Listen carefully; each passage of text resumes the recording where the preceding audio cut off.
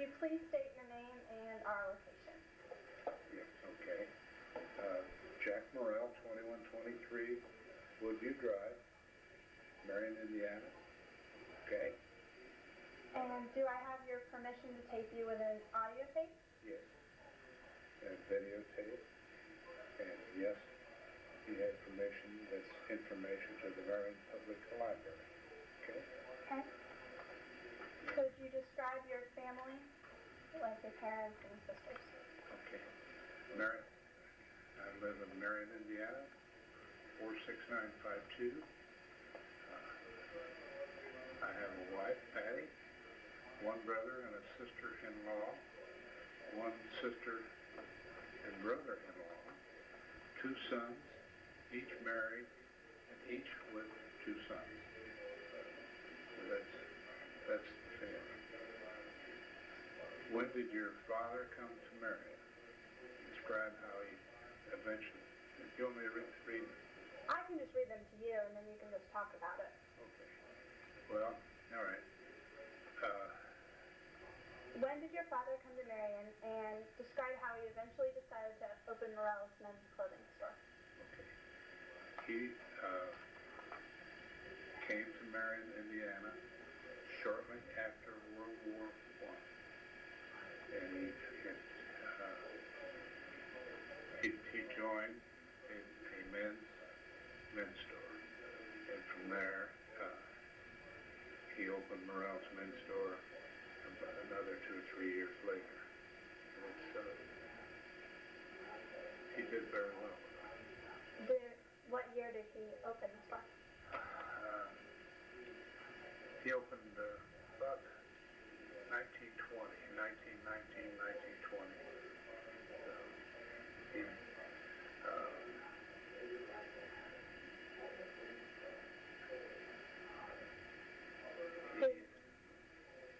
Go ahead. Yeah. Did you grow up working around the store? Did you Yes, help out I did. a lot? Yeah.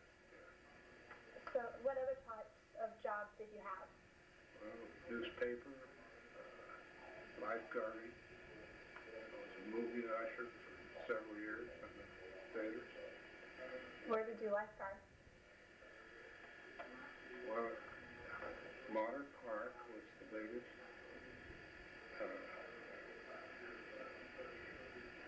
Pool in the state. It held 1 million gallons of water in it, chlorine and all that kind of stuff. Fenced around on there. Did you like that job? Well, yeah, it was. You had to work 10 till 10, and you worked 2 out of 3 days. And that's where all the girls came. And these guys were, we had about 8 or 9 lifeguards, and you'd be alternated. So this is when you were in high school? Yeah, well, I was in high school. And also, in 1941, I was still a senior in college, and some of the guys were still going to being drafted and all that kind of stuff. Most of these guys were football players, but You got in anyway? I got in anyway. So, did you attend Marion High School? Oh, yeah. Kindergarten, too, all the way. What year did you graduate? 41. Do you have any memories from high school, sports you did, activities? Well, not so much. Let me see what I've got here.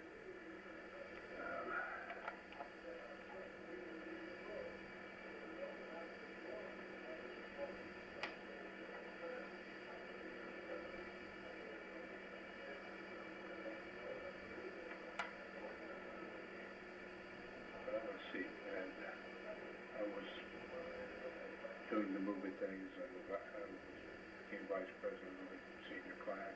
What types of movies did you see? Pardon? Do you remember any of the movies you saw in high school?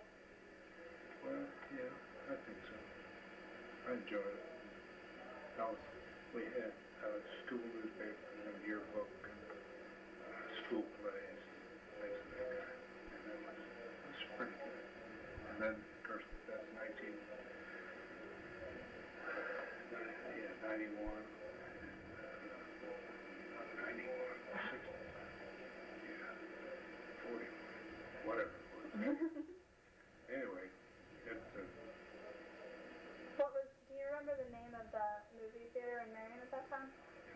4, Paramount, Indiana, Blue Light, and the Lyric. Now, there had been one before that, but full. Oh. Right. So how was your family life prior to the war? Well, Were you aware of the political situations in the United States and Europe and what was going on? And oh, really? I really wasn't. I was just remaining active.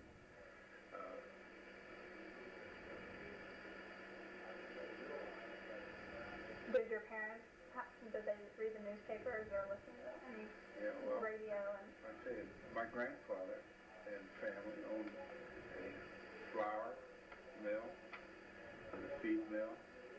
You know where the dam is? That was Thomas Milling Company. And he had some farms and stuff. He was a bank director, very well respected. My father's owned a men's store and a car agency all at the same time. It was in the later part, like 1936, on up to when they couldn't make any cars anymore. So they had to do that. so when did you graduate and what did you decide to do next?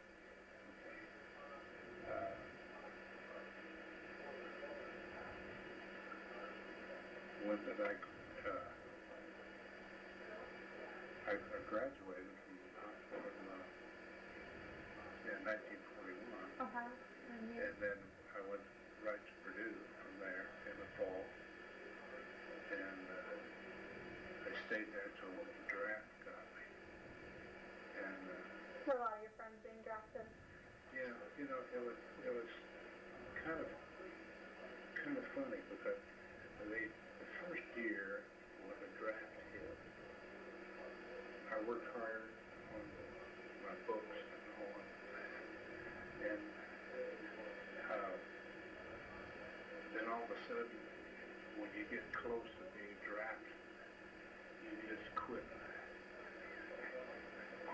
getting into the books, Yeah.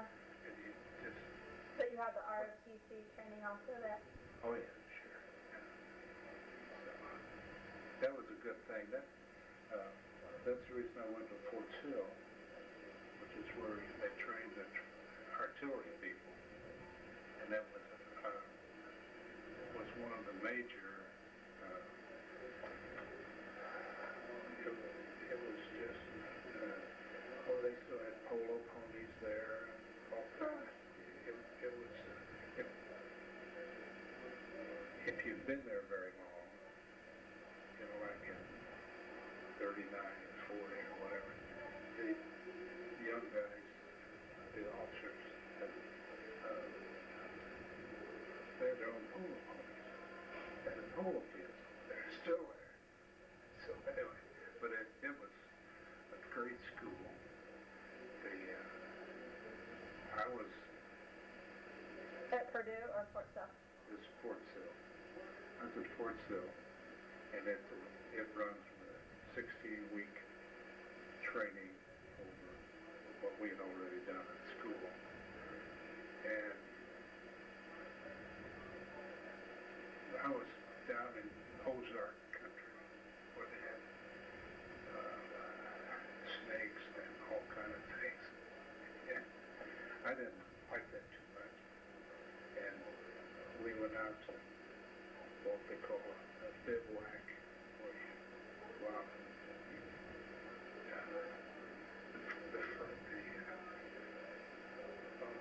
just terrible, you know. And it was raining all the time and all that. And I sat down in the rain and took my mess kit and rain and food, that kind of stuff. And the mail came. And one of my very good friends sent me a letter. And in it was a picture of himself and 3 girls who had converted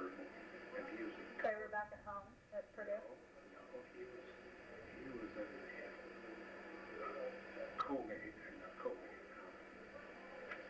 He was in Alabama. Where was Fort Sill? Is that in It's in Oklahoma. Oklahoma?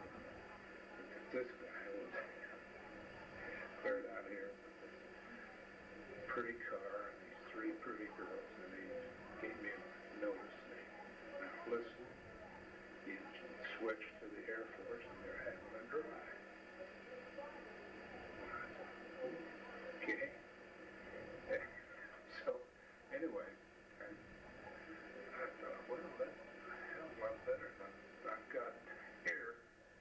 And I got transferred to The Air Force. the Air Force was having a big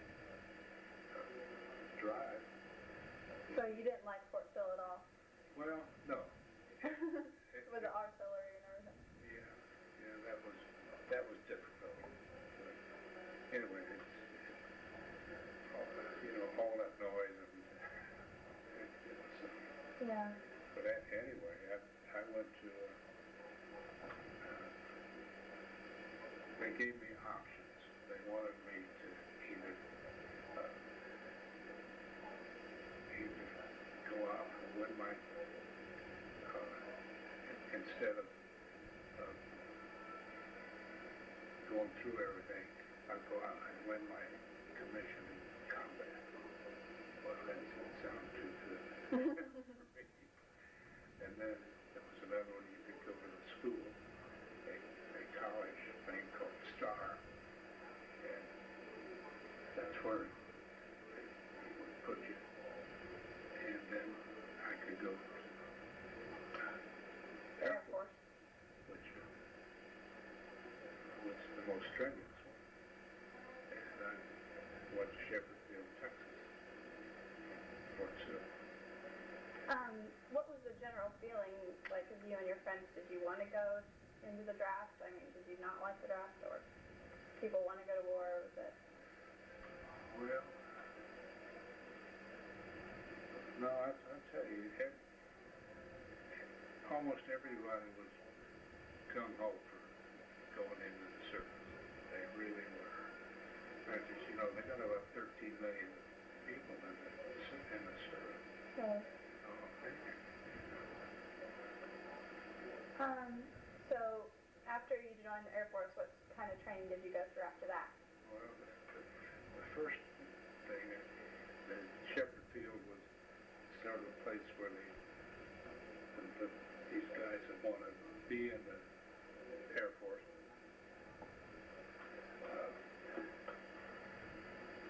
they were really wanting to get commissions and that kind of stuff, and I ran into two of my friends at the same time, both football players, and they give you all kinds of physicals. And they took all my wisdom teeth out. Just to go to that? Just to go, just all that kind of stuff. And then when the orders came through, we sent to Shepherd Field. It's Wichita Falls, Texas. And that's in the kind of low Fort Park. And the orders came out, and we got out on these trains. The trains at that time didn't have anything in there. It took 3 days to get to Denver. This is after? No, this is right at the Hurley Park. Okay. You just had one hell of a time getting any food or anything. In the train? On a train. Oh. You get into finally you get into Denver, and wow, man, that's beautiful. You've seen that. Mm-hmm. And the difference between this real hot stuff that came out of Texas, and we get into Denver, and it's just super. And it was a 16-week school. So did each thing teach you a different Different kind of things. this was a university kind of training. We only got 6 hours of flying time there, and then the rest of it, you learn how to be map reading or radio or all kind of stuff, weather, all kind of things. And then you would go to another pool, and I went to San Ana. So, and that's where you become a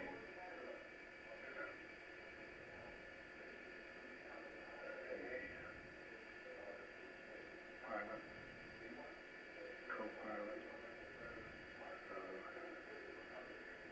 navigator, or one other thing. And that's the time I was there with Johnny Mercer and all that kind of stuff. So what did you become? What were you chosen as? Pilot? Pilot. So, anyway, So this is when you're in California now? California. So, you get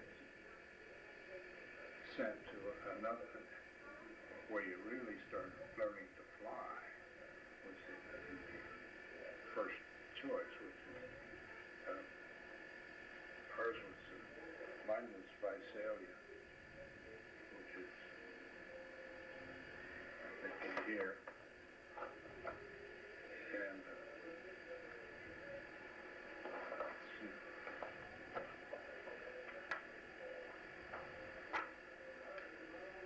Yeah, this is the kind of airplane that What type of plane is it?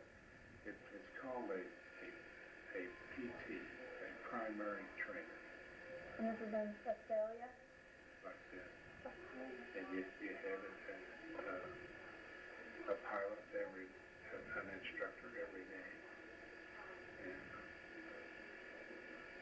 they're all of a sudden they were starting to slack off on training pilots. How come? They were just getting too many. They were just too many. They were in the where you live in this place.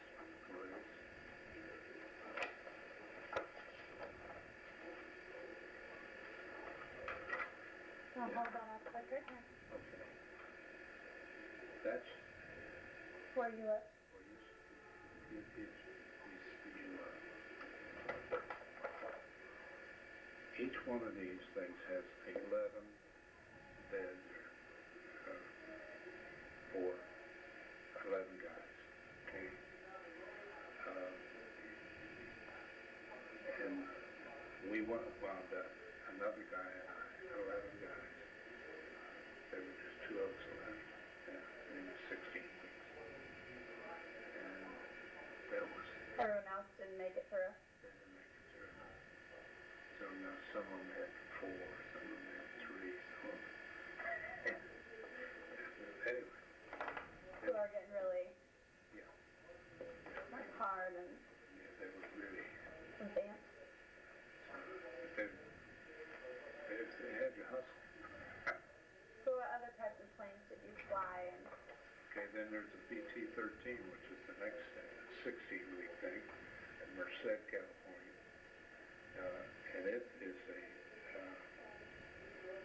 nice aircraft, except it's kind of too heavy, and the wheels won't come up. And it's just a next bigger size plane. And a lot of guys get taken out of that? yeah, well, it's just like the first one, you know. And so then I got to Winsfield, Arizona, which is where I got my wings. Was there. Williamsfield. Winsfield is just right out of Phoenix. And it used to be right inside Phoenix. It was 15 miles out of Phoenix, but now it's Inside, because it's yeah. grass. But anyway, it's an excellent field. So went through all that. And there were 240 of us that went through the training and got the wings. And we went through all that stuff. And when the papers came out, there were 240 of us, and 4 of us get to go to Williams Field, not Williams. This one. Oh, so Randolph This Field? Randall.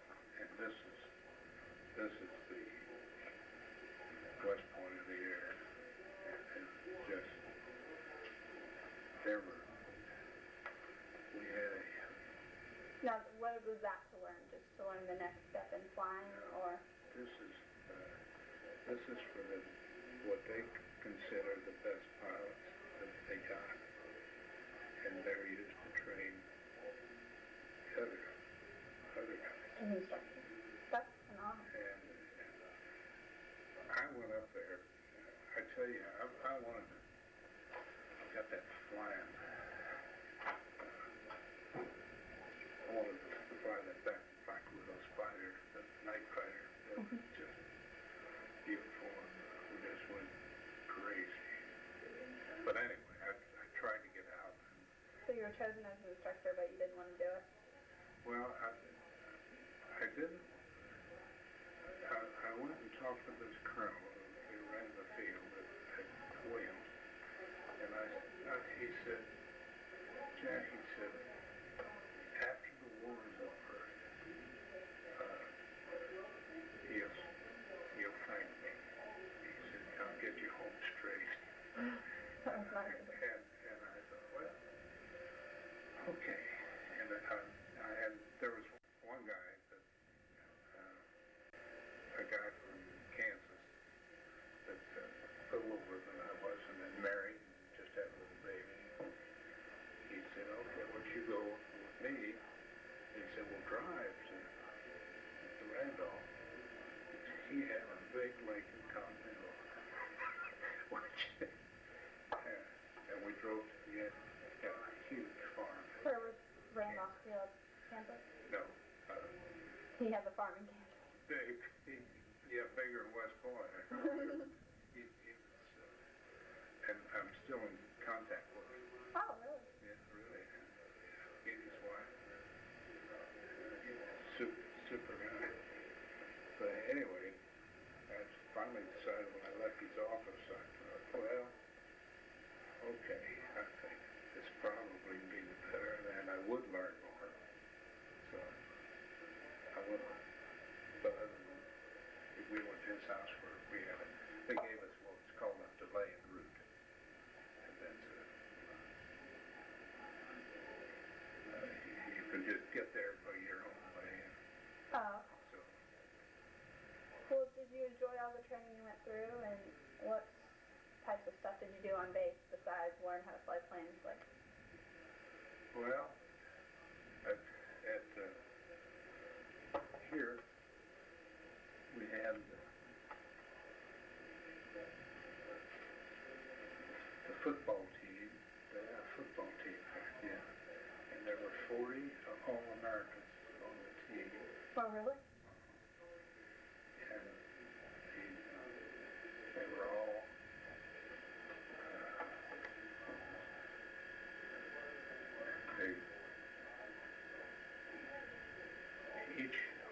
they had almost a pro football to teach each guy about flying, that kind of stuff. But the guy that each you get there would be 5 guys, and these soldiers there, the football players, there'd be 1 for each 5 guys, and there you have your own coach, in other words, to do that kind of stuff. So did you play this? You played with them? Or you just went to the game? No. That was the best team in the country.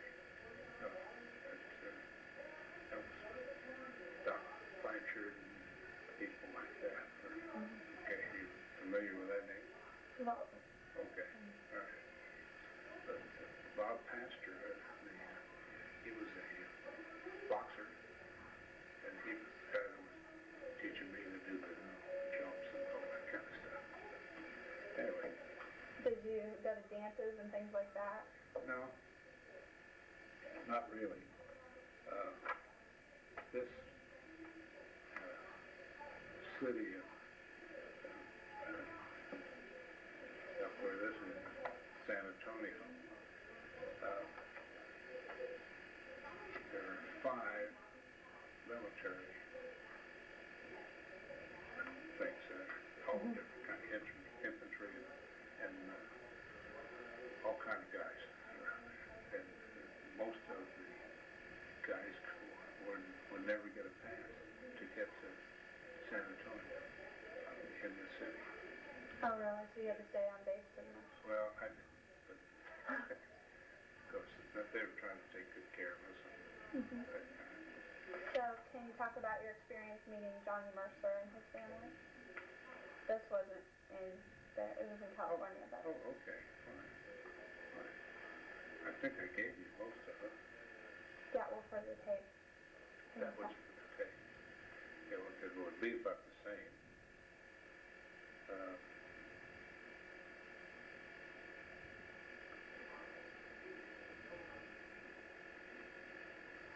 When Patty and I were in, you want to click this off? Okay. Okay. There was a fellow from Savannah who, wait a minute, good. I had a friend from Savannah. His name was Pope B. McIntyre, and he was my age. And his family lived next door to Johnny Mercer. And his brother, his older brother, was the same age as Johnny Mercer. And this Pope B. McIntyre slept above me. You know, and he said one day, he said, would you like to go to, we were in Santa Ana, and he said, would you enjoy going to Hollywood and meet Johnny Mercer? And I said, oh, come on. You know, and did. And You didn't believe him? I didn't believe him at all. And I just took a little dock kit. And I went with him. And I told you the bungalow, white bungalow house, and how small it was. And we got there, and I still didn't believe him. And Not until you actually saw him face to face. yeah, when I got there, I thought, you know, this is not very big. You'd expect him to be a really big shot, and he wasn't. And So he was very popular. he was very popular. And so we got there, and when they opened the door, I didn't think it was him, you know. And his wife came to the door, and his 2 little children. And so, anyway, it just turned out to be great 2 weekends. Just was great. He took you out and Oh yeah, he took us to dinner. He took us with several dinners were like 8 people or 10, never more than that. mm-hmm. And but he just would take us through all the buildings and like Hollywood, the screens and the stars and all that kind of stuff. Wow. And he would be writing like this.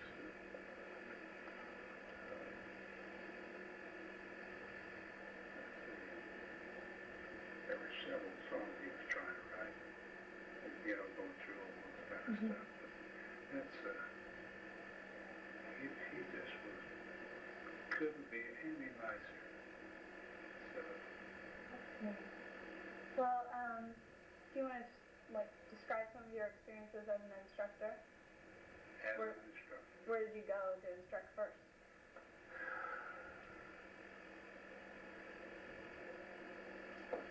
Well, I came back to Williams Field from Randolph. Randolph. Yeah. So,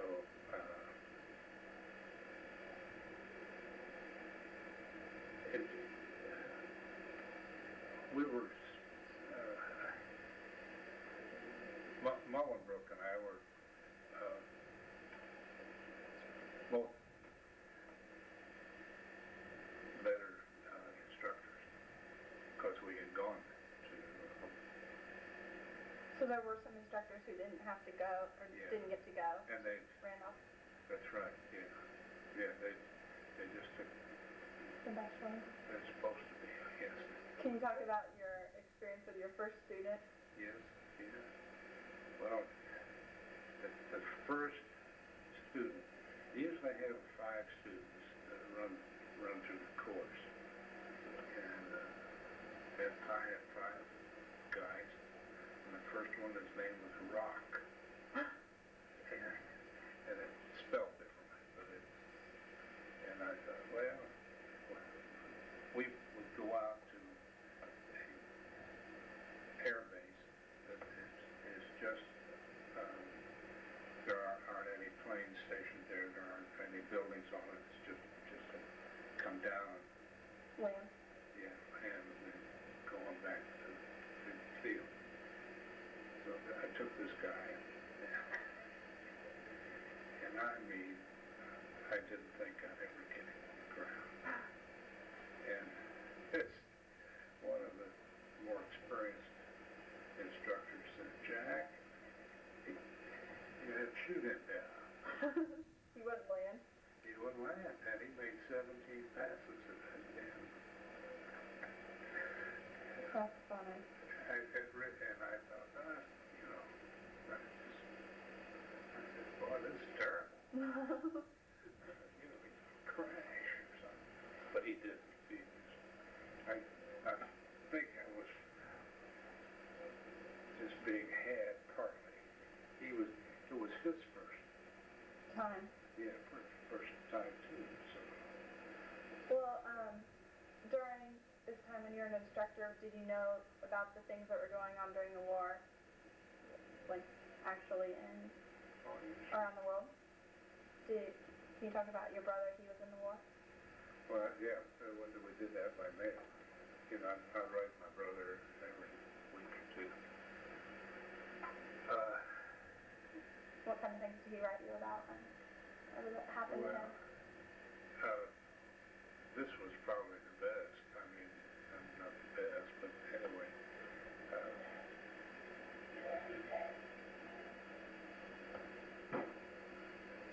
Bob is 2 years younger than I am, and he got across. And he got into the combat combat, and there was a guy by the name of Bob Simons. That was the Richard Menstor's son. And on the very first combat mission he went on, a guy in front of him got wounded, and then he just jumped up and went to rescue this other guy and got killed. So you knew this boy who Richard lived in... Simon, yeah. He was my brother's best friend in high school, close to him. So where was your brother stationed? Pardon? Where was he stationed, your brother? He was in the same area, he was in the same unit. So Do he, you know of any battles that your brother was in? yeah. That was the bow. That's the biggest one. So, did you keep in touch with your family at home? Did they ever visit you? Did you write them letters? Oh yeah, sure. I wrote him a lot of letters. I really did. Did you send things to your brothers too? I remember you telling me you had to send.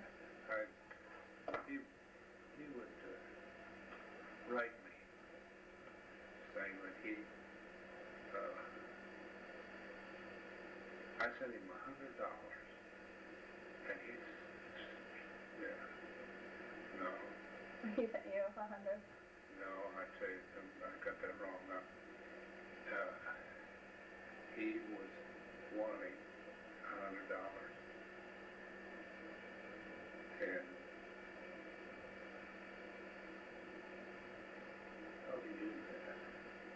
He sent me 100 cartons, I sent him 100 cartons of cigarettes. And he sent you $100? And he sent me $100. It was, You he Googled. didn't smoke either. Was he gonna sell them? Yes. And it was just, that's the way it was played. And I went to the PX and I talked to this girl. It was around Christmas, and I said, I want 100 packages of cigarettes. I said, She thinks you're crazy. well, you're only allowed to buy 2 packs a week. Oh, really? Yeah. It was rationed. It was rationed. Yeah, right. So, finally, she got another girl over, and I said, I want 100 cartons, and then my brother wants to trade this in for stuff overseas. And I know she gave it to me and shipped it. I mean, I couldn't ship it or anything. Mm-hmm. And she just gave us That's that. okay. It was pretty neat. So, Well, when you were keeping touch with your family, how did it affect them? How was the war affecting them at home? Do you know? well, Bob and I both rode home a lot. So it was... Did they write to you and tell you what was going on? God, I got stuff from my mother all the time. All the time. But it was... And my sister would write. She was about 13. So, Can you talk about like the rationing that they had, like what things were rationed and why? you can ask her more than anybody else. So, you want to know? Do you know? Do you know anything? Well, yes, you couldn't get any so-called. You couldn't get. She was going to school at Ball State. She couldn't smoke cigarettes because they had LA. And she just. And what the hell else she couldn't get? She got. What? Oh, With gas and yeah, gasoline 3. She was always disappointed about it. She'd go to the PX, or not the PX, but some of the drugstores and stuff. okay. Well, when did you get to return home then? When did I get discharged home? Mm-hmm. It's 20. Was it like right when the war ended or before? Or? No, the war ended in August. And at first in May or June, and then the other one was at the end of the war was in August. And I happened to be home on August here because I was going to be sent overseas. Oh, you were? You were about to go? Yeah, just about to go. Yeah. So they sent me to from here. I was given a 10-day furlough. So I came home for that, and that was to go to Lincoln, Nebraska, and overseas in Japan. And then the war was all over. So you got to go home? Yeah, I got home in November.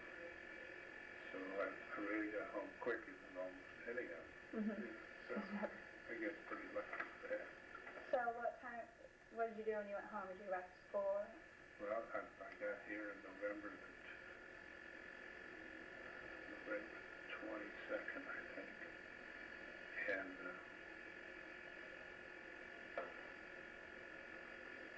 I took care of Purdue and told them I wanted to get enrolled.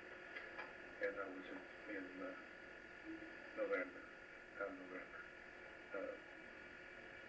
February. The next semester. Yeah, right, the next semester. And then that's when I met Patty in May, and I got her married in November. Oh, really? Yeah. Just for that same year? And she went to Ball State?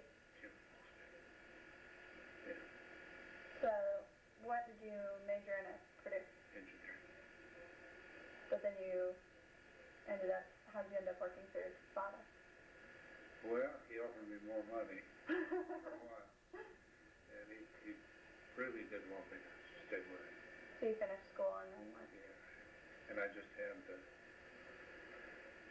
that was in 46, and I graduated in 48, so it wasn't too bad. Well, did you notice any changes in Marion after the war or at home? No, I really didn't. I just felt like I'd like to come home. Went back to what you were doing before? Right, yeah. Well, you know, I've known everybody here, and so.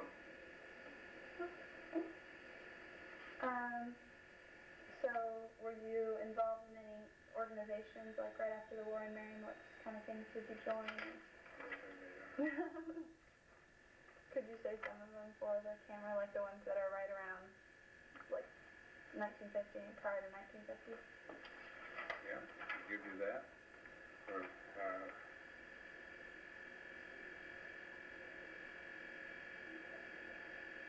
why don't you read that? Okay. Because I think there are a lot of interesting things in there. So your son was born in Lafayette? Oh, yeah. At St. Elizabeth Hospital. Were you living there? I mean, how come it was in Lafayette? Because we were going to school there. Oh, okay. Patty In and I- Purdue. Okay. I'm Yeah, sorry. that's right. And in 1950, you became the president of the JC, Yes. and you built tennis courts? What's that mean? That's the first time there were tennis courts In Right, Marion? out of Monterey Park. Oh, neat. And You then, know, most of the guys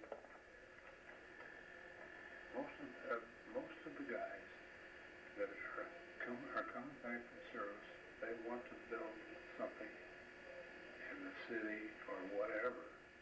you know of other things that guys built because they came home? Yeah, most of them. There's lots of them.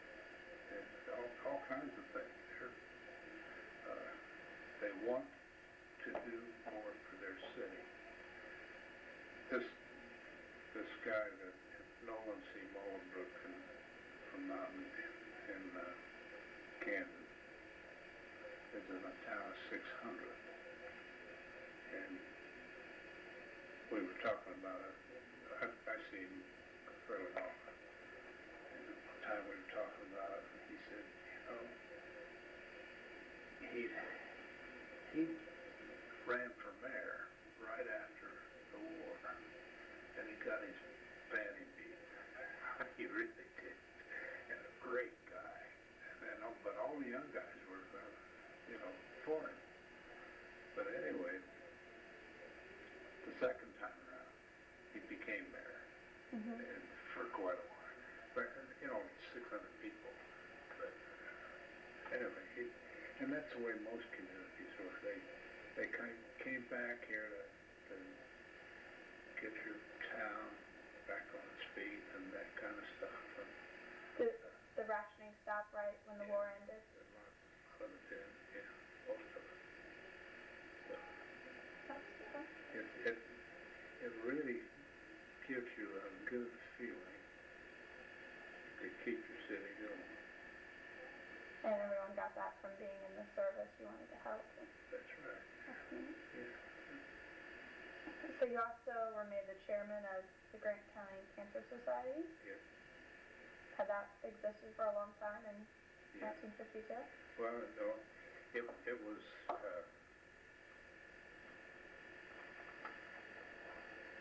the people that had been running it wanted to get out of it, because it had too long. They asked me to take care of it, and I did. So, and then I got somebody else. That's neat. So, And what's the Kiwani International? Kiwanis? It's something like Lions Club and that kind of stuff. And the Masonic Lodge. This is all my details. That's great. There's lots of different things you're involved in. Have you participated in anything involving like the war, your air training since like in recent years? Well, get to the bottom of that. I ran for the legislature and then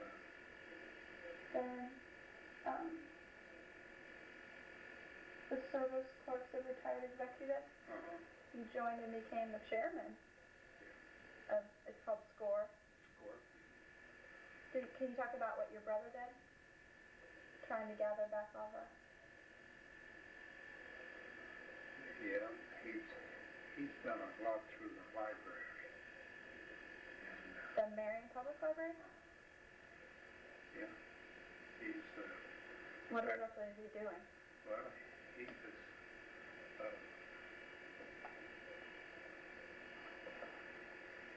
he is, well, they wanted him, he's got a computer, and they want, the library wanted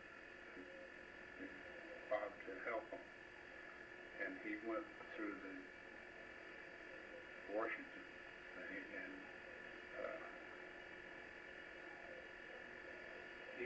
he went after all the soldiers that got home, and That was near here or any place in the whole part. in the United States? Yeah. And he's done a real good job with that. So neat. And it took a long time. I mean, a long time. In all different, Yeah. like Air Force and all those areas, or what he was involved in? Yeah, he would find a battalion or whatever, and most of these infantry things and stuff like that, they're usually from the same state, so he can get them going. And he's And you also, I didn't see that you joined the Air Force Reserves right after. 15 years afterwards.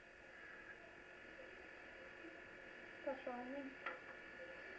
So, my final question is, what do you want most for adolescent groups of today to know and remember about World War II? You know, I really don't know. You don't know?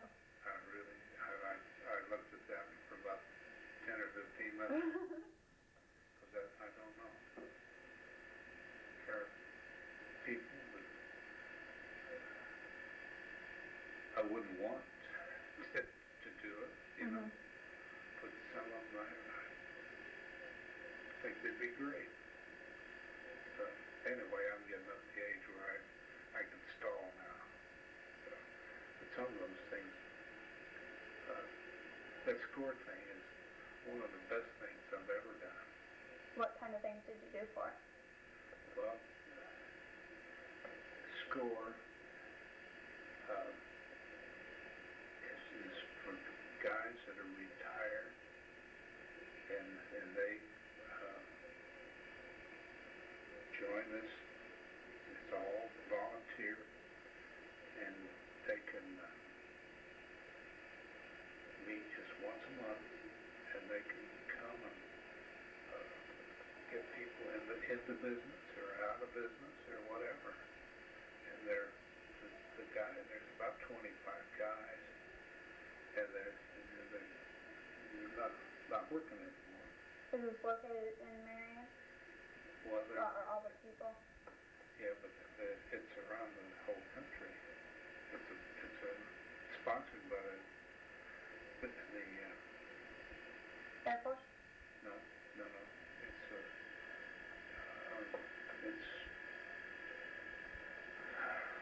Oh, this is of the, like a business?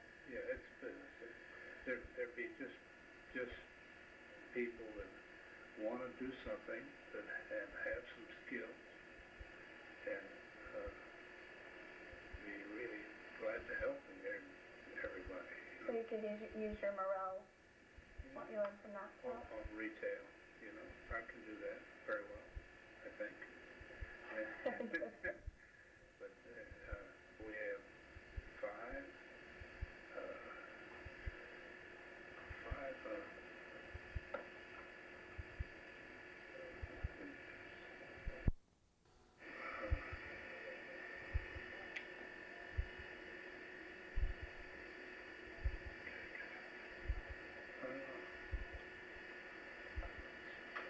I can get you some of those.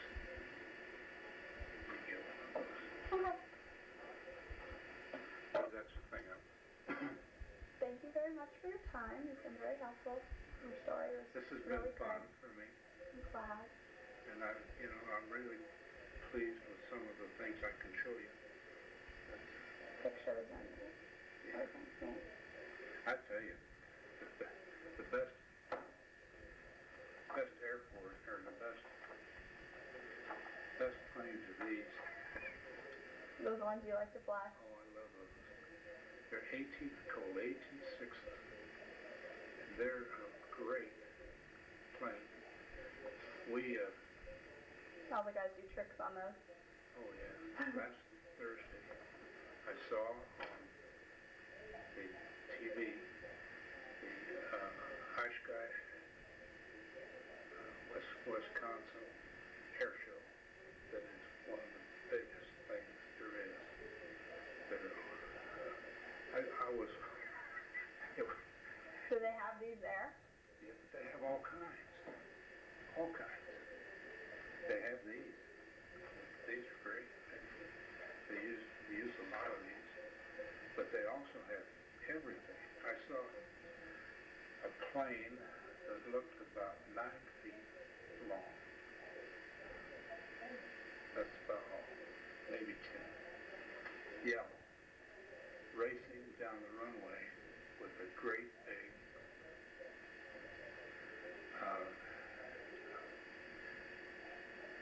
a real high-powered Russian airplane that was just about 40 feet or 50 feet longer. They were racing each other? Racing. And when they started from the starting line, that little tiny yellow plane got clear down the runway and in the air and halfway back for that other one, which was it was something, Amazing. amazing. And that's a great air show. That's one of the best air shows in the world. It's every August. Okay.